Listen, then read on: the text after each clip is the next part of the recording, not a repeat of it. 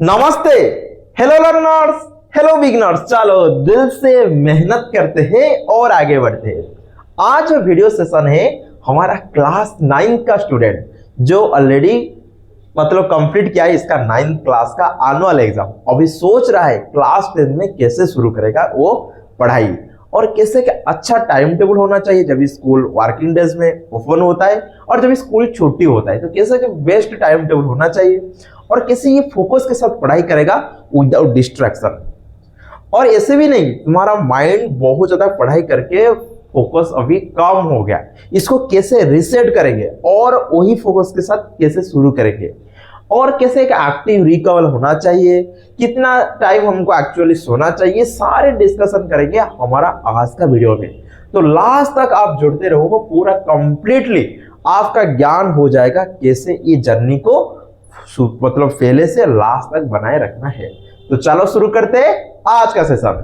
First क्या होता है, जब तुम्हारा क्लास 9th में क्लास 9th में जो भी प्रीवियस क्लास था इसमें तुम्हारा इंटरनल स्कूल एग्जाम हो रहा था। क्या फॉर एग्जाम्पल तुम्हारा टीचर तुमको पढ़ा रहे थे और वो तुमको क्वेश्चन दे रहे थे और वही क्वेश्चन तुम प्रैक्टिस करके आ रहे थे और एग्जाम में वही क्वेश्चन आता है क्योंकि तुम्हारा स्कूल का टीचर ही क्वेश्चन बना रहे थे।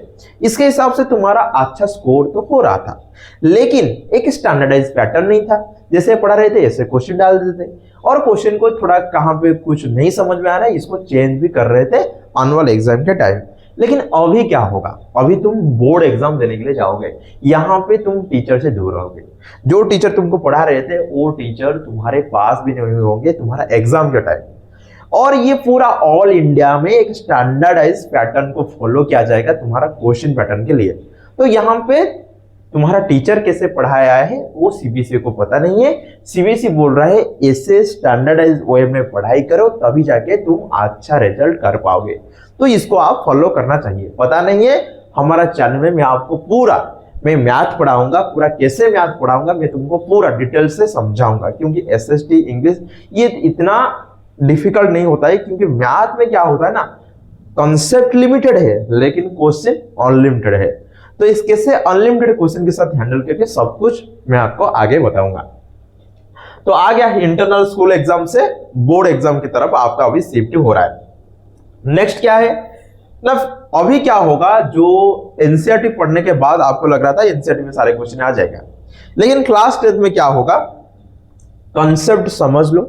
मेमोराइज से ज्यादा कॉन्सेप्ट ही इंपॉर्टेंट है, क्योंकि कॉन्सेप्ट को आप real life application based case study में अप्लाई करोगे।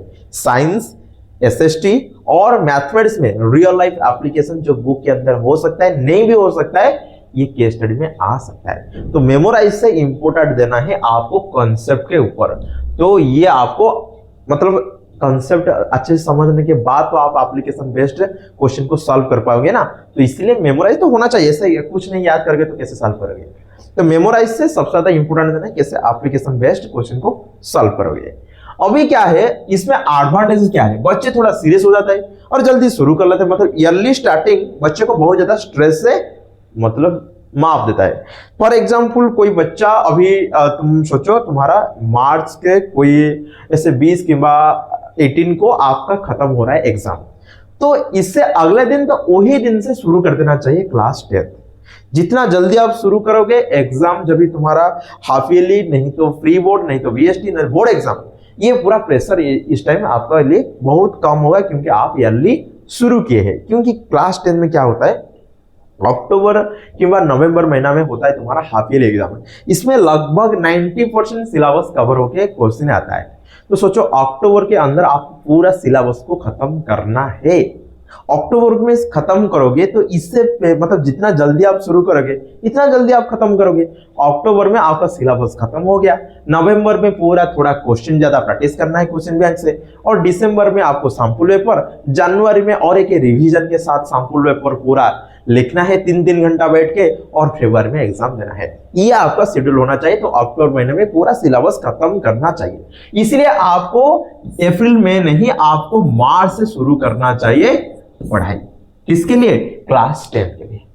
तो ईयरली स्टार्टिंग आपको क्या करेगा ना, ये आपके एग्जाम जो स्ट्रेस प्रेशर को ये रिड्यूस करेगा क्योंकि आप ईयरली शुरू कर लिए। फिर क्या होता है क्लास 10 में, इतना ही बोलूंगा, क्लास 9 से ये सिलेबस इतना हार्ड नहीं है, बस एक बेटर प्लानिंग चाहिए।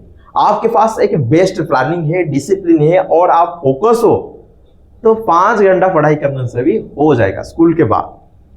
समझ रहे हो, ये होना तुम्हारा transition from class 9 to class 10।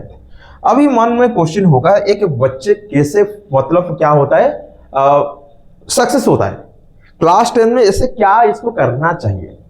कोई बच्चे के पास ईयरली उठने का एक आदत है, मतलब सुबह उठ के पढ़ाई करता है। सुबह मतलब ऐसे नहीं 4 बजे 3:30 बजे, ऐसे नहीं। कोई बच्चे 5 बजे भी उठ जाते हैं ना, तो ये हो गया सफिशिएंट हो गया। तो 5 से आप 7:30 के बाद 8 बजे तो 2-3 घंटा यहाँ पे जो पढ़ाई करोगे, ब्रेन का सबसे ज्यादा पावर को यहाँ पे आप कंज्यूम करोगे। जो भी आपको हार्ड लग रहा है, डिफिकल्ट लग रहा है, वो टास्क को पहले ले जाओ और सुबह इसको खत्म कर दो।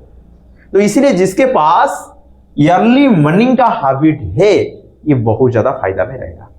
सेकंड क्या है, कंसेप्ट समझने के लिए जो धैर्य के साथ फोकस में रहता है, कंसेप्ट समझता है, मेमोरी इसका काम है, लेकिन कंसेप्ट को समझता है और इसको अप्लाई भी अच्छे से करता है। क्योंकि केस बेस्ड स्टडी में और मोस्ट ऑफ द देखो सीबीएसई क्या करता है, understanding based, application based, knowledge based और एनालिसिस बेस्ड, ऐसे डिफरेंट टाइप का क्वेश्चन को वो डिवाइड करके क्वेश्चन पैटर्न में डालता है।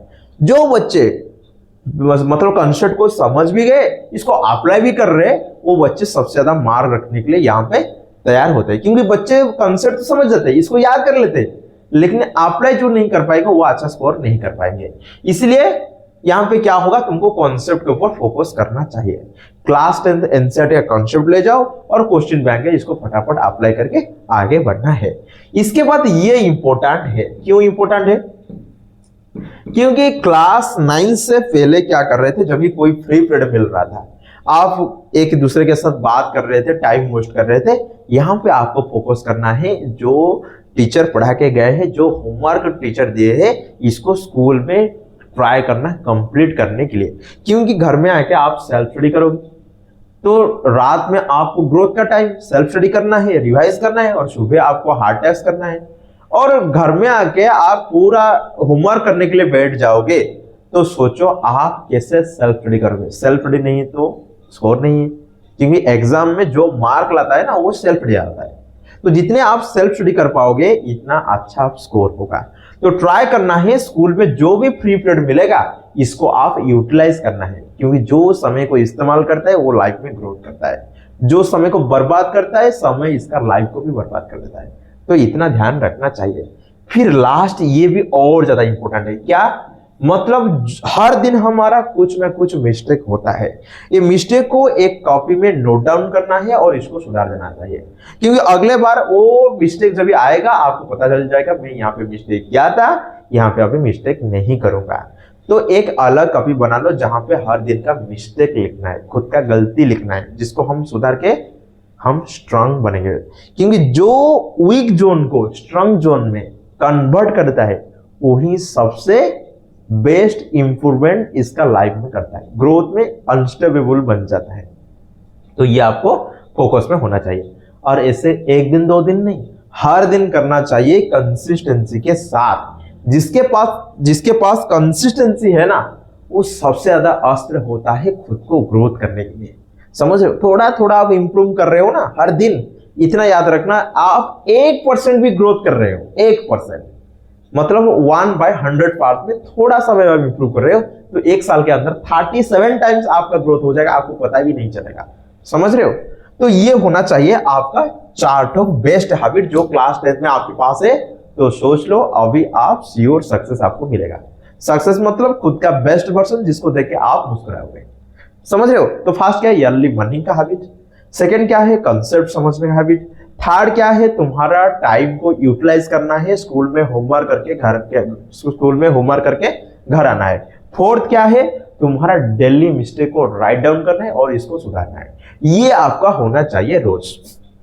तो इसलिए बोला जाता है consistency beats intensity every day. समझ आ गया, तो आगे देखते हैं फिर क्या। सक्सेस रूल तो पता चल गया। अभी आपको मन में क्वेश्चन होगा, जिस दिन स्कूल मतलब वर्किंग डेज में होता है, 10 से 4 बजे तक स्कूल जाते हैं, इस दिन हमको एक ऐसे टाइम टेबल पता जो टॉपर लोग फॉलो करते हैं। फिर क्या होता है, फॉर एग्जांपल स्कूल छुट्टी मत है, मतलब वैकेशन है व संडे है, तो ऐसे दिन में हमारा कैसे होना चाहिए टाइम टेबल, हम दोनों को डिस्कशन करेंगे। क्योंकि आज इधर स्कूल छुट्टी होगा, नहीं तो स्कूल खोला होगा, तो कैसे होना चाहिए। तो फास्ट आपको क्या करना है, सुबह जाग जाना चाहिए। ये जो टाइम टेबल है, जब भी आपका स्कूल मंडे से सैटरडे के दिन तक, और संडे बाद वैकेशन के लिए अलग, तो आपको क्या करना है, सुबह जाग जाना चाहिए। सुबह मतलब 5 बजे जाग लिया। इसके बाद थोड़ा 15 मिनट क्या करना है, मतलब टॉयलेट वगैरह जाना है, ब्रश करना है, थोड़ा अच्छा पहले पानी पी लेना है, थोड़ा ज्यादा पानी पी देना चाहिए, मतलब हाइड्रेट फास्ट। जितना आप ज्यादा पानी सुबह से कंज्यूम करोगे, माइंड आपका फिर एक्टिव होगा और पावरफुल बन जाएगा। अभी ये काटेगा छोटा छोटा करके जो भी टिपिकल टैक्स है। तो सुबह आपको क्या करना है, थोड़ा हाइड्रेट हो जाना है, थोड़ा प्लेंटी ऑफ वाटर को कंज्यूम करना है, फिर थोड़ा स्ट्रेस हो जाना है, लेकिन फोन यहाँ पे यूज नहीं करना चाहिए। सेकेंड चीज क्या है, बैठ जाना है, सब कुछ मतलब पानी पी के बैठ जाओ। अभी 2 से 3 घंटा पढ़ाई करने के लिए, ये तुम्हारा डीप वर्क 1 होगा। 2-3 घंटा पढ़ाई करने के बाद 8:30 से अभी स्कूल के लिए प्रिपेयर करना है, मतलब बैग को रेडी करना है, ब्रेकफास्ट करना है, फिर नहाना है, ये सब कुछ करना है 8:30 से, और स्कूल जाना है। स्कूल में क्या करना है, इतना याद रखना, पूरा एक्टिव फोकस में सुनना है और नोट मेकिंग करना है, राइट डाउन करना है। ये स्कूल में काम है, और कोई फ्री पीरियड मिल रहा है, इसको यूटिलाइज करना है और होमवर्क को यहाँ पे खत्म करके आने के लिए कोशिश करना है। ये तो हो गया 8:30 से 5 बजे तक। फिर 5 से क्या करना है, तुम्हारा 5 बजे और 5 to 6 क्या करना है, आप गेम खेल सकते हो, नहीं तो थोड़ा म्यूजिक सुन सकते हो, नहीं तो बाहर घूम सकते हो। आप इसको माइंड फ्रेश समझो। ये जब भी खत्म होगा 6 से 6:15 आपको क्या करना है, थोड़ा बैठ जाओ, प्रेयर कर लो और रिलैक्स। यहाँ पे कुछ काम नहीं करना है, अभी माइंड को फोकस करने के लिए थोड़ा ऐसे मेडिटेशन सोचो, प्रेयर कर लो, जो भी करना है कर लो, लेकिन ये बैठ जाओ। फिर क्या करना है, 6 से 15 तक बैठ गया। अभी 6:15 से 6:30 ये इंपॉर्टेंट है। ये क्यों इंपॉर्टेंट है, मतलब पूरा फर्स्ट पीरियड से लास्ट पीरियड तक क्या क्या स्कूल में पढ़ाया गया है, इसको रिकॉल करना है, और क्या क्या होमवर्क दिया गया है इसको राइट डाउन करना है, लिख देना चाहिए। इसके बाद एक एक होमवर्क को कंप्लीट करना चाहिए। इसके बाद मतलब 6:30 से 8:30 आपको क्या करना है, होमवर्क जो दिया गया है इसको कंप्लीट करना है, और स्कूल में जो पढ़ाया गया है इसको रिवाइज कर देना चाहिए। ये हो गया 8:30 तक, जो स्कूल में पढ़ाया गया इसको रिवाइज कर लिया, होमवर्क कर लिया, काम खत्म। अभी 8:30 से 9 तक आप पूरा पेरेंट के साथ बैठ के आराम से डिनर कर सकते हो। तो 9 से और 10 बजे क्या करना है, जो इनकम्प्लीट हो गया, मतलब अनकम्प्लीट हो गया तुम्हारा होमवर्क, इसको कंप्लीट करना चाहिए, और इसके साथ नेक्स्ट डे का प्लानिंग, और आज दिन का जो तुम पढ़ाई किया इसको और एक बार सुबह से रात तक जो पढ़े और एक बार रिवाइज कर देना चाहिए। क्योंकि सुबह जो पढ़े इसको यहाँ पे सीओ रिवाइज करना, नहीं तो आप इसको भूल जाओगे। ये तो हो गया। 10 बजे तो क्या करना है, 10 बजे के आप मोबाइल रख के सो जाना चाहिए। यहां से पूरा 5 बजे तक, 10 से 5 बजे तक 7 घंटा आराम से सो जाओ, जिसके हिसाब से माइंड का पूरा रेडी हो जाएगा फिर सुबह 5 बजे डिफिकल्ट टास्क को खत्म करने के लिए। लेकिन ये तो क्या हुआ, जब भी स्कूल खुला होता है, मतलब वर्किंग डेज में, मंडे के दिन। लेकिन संडे नहीं तो वैकेशन में क्या करना है, ये हो गया। देखो यहाँ पे वही सुबह से 5 से 5:15 क्या करना है, हाइड्रेट और स्ट्रेस। इसके बाद 5:15 से 7:15 क्या करना है, डीप वर्क 1। पहला डीप वर्क करना है, पढ़ाई करना है, जो डिफिकल्ट टैक्स यहाँ पे ले जाना चाहिए। किसके लिए, तो मैथ और साइंस डिफिकल्ट है, और किसके लिए लैंग्वेज और एसएसटी डिफिकल्ट है। जो आपको डिफिकल्ट लग रहा है चूज करो यहाँ पे। सेकेंड में क्या है, 7:30 से 8:30 आपको क्या करना है, ये भी इंपॉर्टेंट है। को करिकुलर एक्टिविटीज, मतलब देखो ब्रेकफास्ट करना है, और इसके बाद नहाना भी है, और जहां पे तुम पढ़ाई करो, जो तुम्हारा स्टडी रूम है, ये दिन आपको इसको क्लीन करना है। जो आपका यूनिफॉर्म है जो आप पहन रहे हो एक हफ्ता में, इसको भी खुद साफ करना चाहिए, क्योंकि ये भी एक अनुशासन होता है एक स्टूडेंट का। हम क्या करते हैं, हम पढ़ाई करेंगे, हमारा सब कुछ काम, हमारा नौकरी माँ बाप करेंगे, ये होना नहीं होना चाहिए। अब बड़े हो गए, अभी आप कहाँ पे हॉस्टल में जाओगे, खुद का पैंट शर्ट तो खुद ही सफाई करोगे ना, तो ये होना चाहिए एक।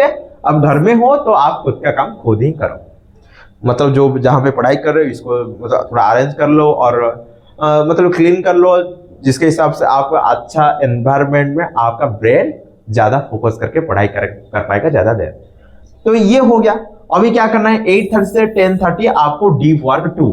यहाँ पे सबसे ज्यादा लॉजिक वर्क, जैसे मैथ लेना चाहिए, नहीं तो साइंस का प्रॉब्लम यहाँ पे सॉल्व कर सकते हो, ये होना चाहिए 8:30 से 10:30। फिर 10:30 से 11 तक आप अभी एक्टिव, मतलब ऐसे सोचो यहाँ पे एक्टिव ब्रेक, ऐसे नहीं मैं सो जाना चाहिए, नहीं। फॉर एग्जाम्पल घूमना है, क्या चल रहा है घर में थोड़ा देखना है, बाहर, ऐसे सोचो। मोबाइल तो नहीं चलाना चाहिए, याद रखना, नो फोन्स। आपको क्या करना है, मोबाइल देखोगे तो आपका ब्रेन यहाँ पे इस्तेमाल हो रहा है, तो ये ब्रेक नहीं होगा, समझ रहे हो। तो यहाँ पे आप घूमना है, पानी पीना है, टॉयलेट जाना है, नहीं तो कहाँ पे घूम के आना है, जो करना है करो, लेकिन मोबाइल मत चलाओ। ये हो गया आपका 30 मिनट का ब्रेक। तो हो गया 11 बजे तक काम हो गया। अभी 11 से फिर 1 बजे तक फिर डीप वर्क 3। यहाँ पे क्या करना चाहिए, किसको इंग्लिश और एसएसटी आसान लग रहा है तो यहाँ पे पढ़ाई करो, सोशल साइंस और इंग्लिश। इसके बाद 1 से 3 क्या करना है, अभी डीप वर्क 1, डीप वर्क 2 और डीप वर्क 3 खत्म कर लिया। तो अभी माइंड को फिर थोड़ा रेस्ट करना चाहिए, थोड़ा खाना है, जो आप मोबाइल देखते हो देखो, लेकिन थोड़ा सोने के लिए प्रयास करना, क्योंकि सोने में माइंड अभी फिर सुबह जैसा हो जाएगा, सबसे ज्यादा फोकस यहाँ पे रिसेट हो जाएगा ब्रेन। तो आप यहाँ पे स्लीपिंग करना है, और जो भी आप मोबाइल पे देखोगे ना वो थोड़ा अच्छा चीज होना चाहिए, पॉजिटिव इनपुट देना चाहिए, कोई भी नेगेटिव इनपुट यहाँ पे मत देना, नहीं तो जाएगा तुम्हारा एनर्जी। तो आप यहाँ पे सोने के बाद अभी आपका ब्रेन फिर पावरफुल हो गया। तो यहाँ पे जो डिफिकल्ट मेमोराइजेशन है, मतलब हेवी मेमोराइजेशन जिसको आवश्यक होता है, कोई बायोलॉजी का, कोई रट्टा मारने का, कोई बड़ा बड़ा नाम होता है तो आप याद नहीं कर पा रहे हो, तो यहाँ पे मतलब डिफिकल्ट डायग्राम और केमिस्ट्री बायोलॉजी जो आपको यहाँ पे भी डिफिकल्ट लग रहा है, तो ये आपको लेना चाहिए 1.5 घंटा, मतलब 90 मिनट फोकस वाला वर्क। फिर क्या करना है, 4:30 से 6:15 लगभग 1.5 आवर आपको खेलना है, घूमना है, जो करना है करो। यहाँ पे माइंड फिर थोड़ा रिफ्रेश हो जाएगा। फिर क्या करना है, 6:15 से 6:30 प्रेयर और रिलैक्सिंग, बैठ जाओ और प्लानिंग करो, और रात में फिर कैसे पढ़ाई करोगे। यहाँ पे फिर हो गया रिफ्रेश, फिर फोकस हो गया, और यहाँ पे आ गया तुम्हारा डीप वर्क 5। देखो फास्ट एक डीप वर्क हुआ, यहाँ पे लगभग 2 घंटा का आसपास, यहाँ पे और एक डीप हुआ, यहाँ पे भी 2 घंटा हो गया 4 आवर। फिर यहाँ पे हो गया चेक करो 2 घंटा 6 आवर। फिर यहाँ पे हो गया 1.5 आवर, मतलब 7.5 आवर। तो यहाँ पे हो गया डीप वर्क 5, जो ये लगभग 2 घंटा है। तो ये हुआ था 7.5, ये हो गया 9.5 आवर। फिर क्या करना है, यहाँ पे 8:30 से 9:30 फैमिली के साथ टाइम स्पेंड करना है और डिनर करना है। फिर 9:30 से 10 आपको जो सुबह से शाम तक पढ़े हो इसको और एक बार रिवाइज करना है, रिकल करना है, और नेक्स्ट डे का प्लानिंग और आज का थोड़ा रिव्यूजन है, कहाँ पे तुम गलती किए हो, जो मिस्टेक है अलग कॉपी में लिख लेना और सो जाना चाहिए। ये होना चाहिए जब भी तुम्हारा स्कूल छुट्टी होता है वैकेशन के टाइम। फिर आगे क्या है, फॉर एग्जाम्पल सुबह आप उठ के पढ़ाई करेंगे, तुम्हारे मन में क्वेश्चन है सुबह क्यों हम पढ़ाई करेंगे, क्योंकि सुबह तुम्हारा दिन को टोटल एनर्जी देता है। जैसे बोलते हैं ना, मतलब मॉर्निंग सोज द डे, जिसका मॉर्निंग अच्छा गया है टोटल दिन भर इसका अच्छा ही जाएगा। क्योंकि सुबह हमारा ब्रेन में, साइकोलॉजिकल स्टडी में बताया गया है, सुबह हमारा ब्रेन सबसे ज्यादा फोकस और पावरफुल रहता है। इस टाइम हम डिफिकल्ट टास्क को ले जाएंगे, मतलब ईट द फ्रॉग, मतलब फ्रॉग नहीं, यहाँ पे डिफिकल्ट टास्क को यहाँ पे फ्रॉग बोला गया है। ईट मतलब इसको कंज्यूम करना, डिफिकल्ट टास्क को यहाँ पे सॉल्व करना। तो डिफिकल्ट प्रॉब्लम को यहाँ पे सॉल्व कर रहे हो तो दिन भर आप इजी महसूस करोगे। यहाँ पे वही बोला गया है, start your day with hardest subject. जिसको फिजिक्स और मैथ डिफिकल्ट लग रहा है इसको करो, जिसको साइंस और जिसको लैंग्वेज और एसएसटी डिफिकल्ट लग रहा है इसको ही कंज्यूम करो। क्योंकि इसका रिजल्ट क्या है, आप टोटल पूरा दिन भर आप इजी सब कुछ लगेगा, क्योंकि आप सुबह से पूरा हार्ड को कंज्यूम किए हैं। मोटिवेट रहोगे, समझ रहे हो, मोटिवेट मतलब एनर्जेटिक रहोगे। फिर क्या होता है, ब्रेन का सबसे ज्यादा कॉग्निटिव पावर सुबह होता है, इसको आप यूटिलाइज किए हो, और कॉम्प्लेक्स प्रॉब्लम को ब्रेकफास्ट से पहले आप खत्म किए। ये के मोटिवेशन होता है, इसलिए क्या बोला जाता है, do the hard things fast, do the hard thing fast and the rest will take care of themself. आप डिफिकल्ट टास्क को पहले खत्म करो और सब कुछ वही डिफिकल्ट टास्क को इसको केयर ले जाएगा, मतलब इसको आसान लगे, आप इसको फटाफट कर लोगे। तो ये होना चाहिए सुबह ईट द फ्रॉग, फ्रॉग मतलब डिफिकल्ट टास्क, ईट मतलब सर्व। तो ये हो गया ईट द फ्रॉग। फिर मन में क्वेश्चन होगा कैसे सुबह जो हम टाइम को कैसे प्रॉपर पढ़ाई कर सकते हैं, कैसे हम डीप मतलब जब भी तुम्हारा ब्रेन सबसे ज्यादा पावर है, इसको हम कैसे यूटिलाइज करना चाहिए। यहाँ पे मैं तुमको 3 चीज बोलूंगा। पहले प्लेंटी ऑफ वाटर को आपको कंज्यूम करना चाहिए, ऐसे नहीं थोड़ा नहीं, थोड़ा ज्यादा पानी यहाँ पे कंज्यूम करो। फिर जो भी टैक्स आप सुबह उठ के पढ़ाई करोगे डीप वर्क 1 में, रात में सोने से पहले इसे पेन पेपर कॉपी नहीं तो लैपटॉप में पढ़ाई करके पूरा रेडी करके रखना। जस्ट ओपन एंड टैप करने से पूरा खोला हो जाएगा, जहां पे तुम पढ़ाई करोगे फटाफट पढ़ाई करना है। क्योंकि आप क्या पढ़ाई करोगे सोचोगे, बुक को ढूंढोगे, बुक नहीं मिलेगा तो डिस्ट्रैक्शन हो जाएगा, माइंड का सबसे ज्यादा पावरफुल ब्रेन बुक ढूंढने से चला जाएगा। तो क्या करना है, जो प्रिपरेशन है ये आपको नाइट में करना चाहिए। जैसे 1 टैक्स लिए हो, पूरा 1 टैब में ओपन पढ़ना है, फटाफट ओपन एंड पढ़ाई करो। यहाँ पे भी वही है, जो प्रिपरेशन ये नाइट में करना चाहिए, जो बुक से पढ़ाई करोगे, जो पेन में लिखोगे, और जो जो चीज चाहिए सुबह का डीप वर्क के लिए, सोने से पहले इसको प्रिपेयर करके सो जाना चाहिए। समझ में आ गया? ये होना चाहिए आपका सुबह जो डीप वर्क के लिए टेस्ट। फास्ट डीप वर्क करने के लिए ज्यादा पानी कंज्यूम करना है, और जो जो पढ़ाई का सामान रात में सोने से पहले तैयार करके सो जाना चाहिए। फिर मन में क्वेश्चन होगा, हम ज्यादा देर तक कैसे पढ़ाई कर सकते हैं। फॉर एग्जांपल हम 3 घंटा पढ़ाई कर रहे हैं, तो कैसे 3 घंटा पढ़ाई करेंगे। तो मैं आपको रिक्वेस्ट करूंगा, एक सब्जेक्ट आपको नहीं लेना चाहिए। क्या करना है, एक सब्जेक्ट नहीं पढ़ना चाहिए। आप 2 सब्जेक्ट ले सकते हो, 1.5 आवर 1.5 आवर, नहीं तो 3 सब्जेक्ट ले सकते हो, 1 घंटा 1 घंटा 1 घंटा। तो फिर क्या करना है, सेकेंड 50 टेंस आपको 50 मिनट पढ़ाई करना है, 10 मिनट ब्रेक और 10 मिनट खुद को रिवार्ड, पानी पीना है, घूमना है, फिर 50 मिनट पढ़ाई, फिर 10 मिनट ब्रेक। ऐसे करके पता नहीं चलेगा 3 घंटा कैसे आपका लॉन्ग स्टडी होगा, और वही फोकस के साथ। नहीं तो आप 1.5 आवर पढ़ाई कर रहे हो, तो ऐसे सोचो 120 मिनट पढ़ाई करना है, 10 मिनट ब्रेक। समझ रहे हो? और 2 अलग अलग टॉपिक आना चाहिए, मतलब मैथ और इंग्लिश, साइंस नाले एसएसटी, अलग अलग 2 सब्जेक्ट को पढ़ाई करना चाहिए मिक्स करके। फिर लास्ट में क्या है, ओनली पढ़ना नहीं है, इसके बाद एक्टिव रिकल करना है। जो जो तुम फॉर एग्जाम्पल एक पेज में पढ़ाई किया, जो जो मैं पढ़ाई किया इसको रिकल करूंगा, और इसको कहां पे लिख लेना चाहिए, मतलब प्रैक्टिस करना चाहिए। क्यों?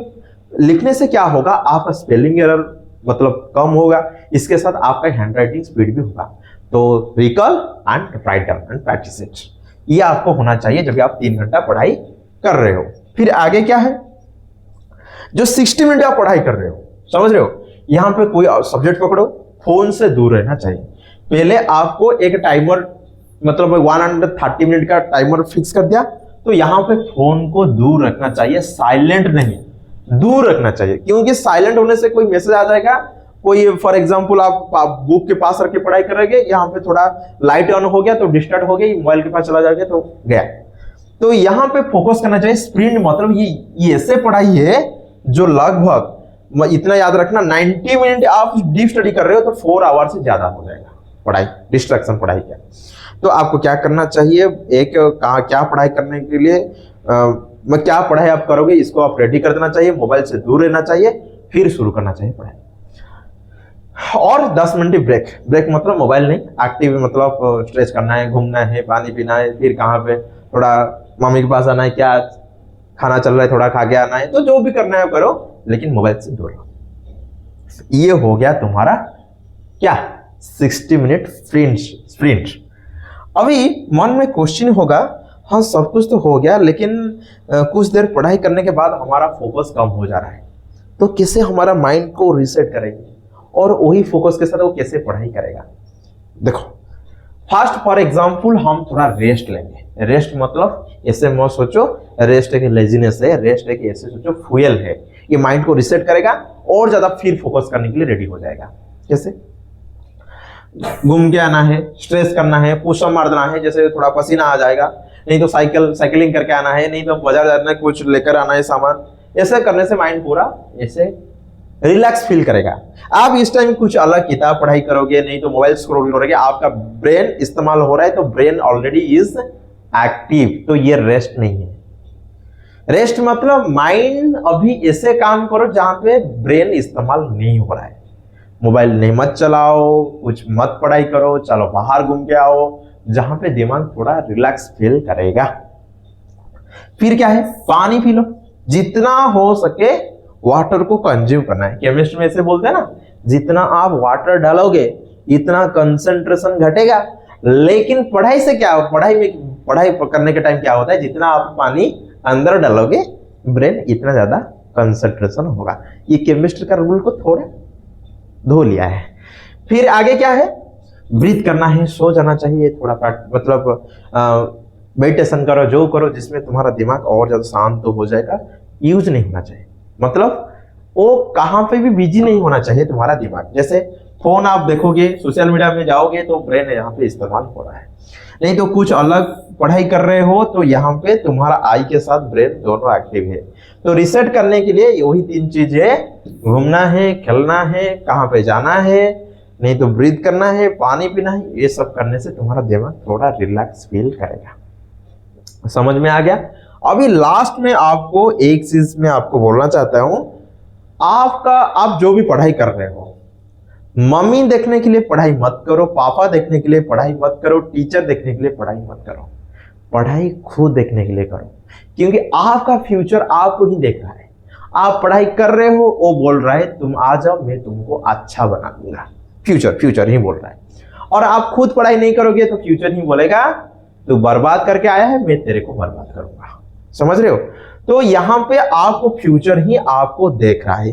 क्लास 10th में आप ही खुद का फ्यूचर को बिल्ड करने के लिए पहला कदम है, अच्छे से डालना है पहला कदम। इसके बाद आपका कॉन्फिडेंस बिल्ड होके जाएगा, आपका जर्नी इससे मोटिवेट होकर आगे बढ़ेगा।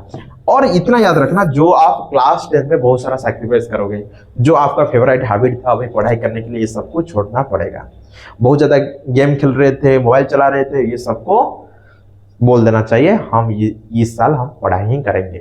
तो सैक्रिफाइस तो बनता है, और जितना आप सैक्रिफाइस करोगे वो सैक्रिफाइस ही तुमको कल चैंपियन बना के खड़ा कर देगा लाइफ में। आप अभी जो करना है करो, खुद का लाइफ खुद जी लो। और एक दिन नहीं, आपको रोज करना है। और देखो कभी कभी क्या होता है, तुम मेहनत करोगे, रिजल्ट अच्छा नहीं आया तो यहाँ पे रुकना नहीं है, क्विट भी नहीं करना है। क्योंकि देखो फॉर एग्जांपल आप एक फार्मर हो, आपको पूरा एक्सपीरियंस है, आप पूरा हार्डवर्क किए हो, सब कुछ किए हो, बारिश नहीं हुआ तो सब कुछ गया ना। तो बारिश तुम्हारा हाथ में नहीं है, मैं बोल रहा हूँ रिजल्ट तुम्हारा हाथ में नहीं है। आप जो भी एफर्ट दे रहे हो ना, वो एफर्ट को फ्रेज करना सीखो। कभी टैलेंट को फ्रेज मत करो, एफर्ट को फ्रेज करो, वही तुमको सक्सेस लेके देगा। समझ रहे हो। और खुद को रिवार्ड दो। कुछ काम कर रहे हो, खत्म हो गया, रिवार्ड बोलो, शाबाश बेटा तो खत्म कर लिया, फिर आगे बढ़ो। ऐसे करते करते आगे बढ़ना है। और क्या है पता है तो है, मतलब आप अभी डिसिप्लिन के साथ जो पेन आ रहा है इसको आप नहीं सहते हो, तो बाद में इससे ज्यादा पेन आपको सहना पड़ेगा, रिग्रेट का पेन। इसलिए बोला जाता है क्या, for example the pain of discipline is far less than the pain of regret. जो बच्चे आज डिसिप्लिन का पेन को नहीं सह रहे, वो आगे किसके साथ टकराना पड़ेगा, रिग्रेट का पेन के साथ। तो मैं आपको इतना ही रिक्वेस्ट करूंगा, जो भी हो जाए आप खुद का ग्रोथ को कभी भी रुकना नहीं चाहिए। जितना मुश्किल आने से मैं मेरा काम से कभी नहीं हटूंगा। प्रेम से, ध्यान से, अनुशासन से आपका काम को करना चाहिए, चाहे लाइफ में जो होना है होने दो। समझ में आ गया। तो आज का वीडियो में जो जो आपको कॉन्सेप्ट मतलब टिप्स बताया, इसको फॉलो करना चाहिए, मतलब एग्जीक्यूट करना चाहिए। सोचने से कुछ नहीं होने वाला है, जब इसको अप्लाई करोगे खुद का काम में तभी जाके इसका रिजल्ट आपको पता चलेगा। 1 महीने के बाद आप खुद का मतलब प्रीवियस वर्जन देख के खुद मुस्कुराओगे और बोलोगे शाबाश बेटा तू कुछ तो किया है। ऐसे करते चलना है और 95 से श्योर तो ज्यादा स्कोर करेगा। समझ में आ गया। तो आज यहां से हम वो वीडियो को खत्म करते हैं और मिलते हैं हमारा अगले क्लास में हम मैथ का स्ट्रैटेजी के साथ और चैप्टर 1 रियल नंबर के साथ। धन्यवाद, नमस्ते।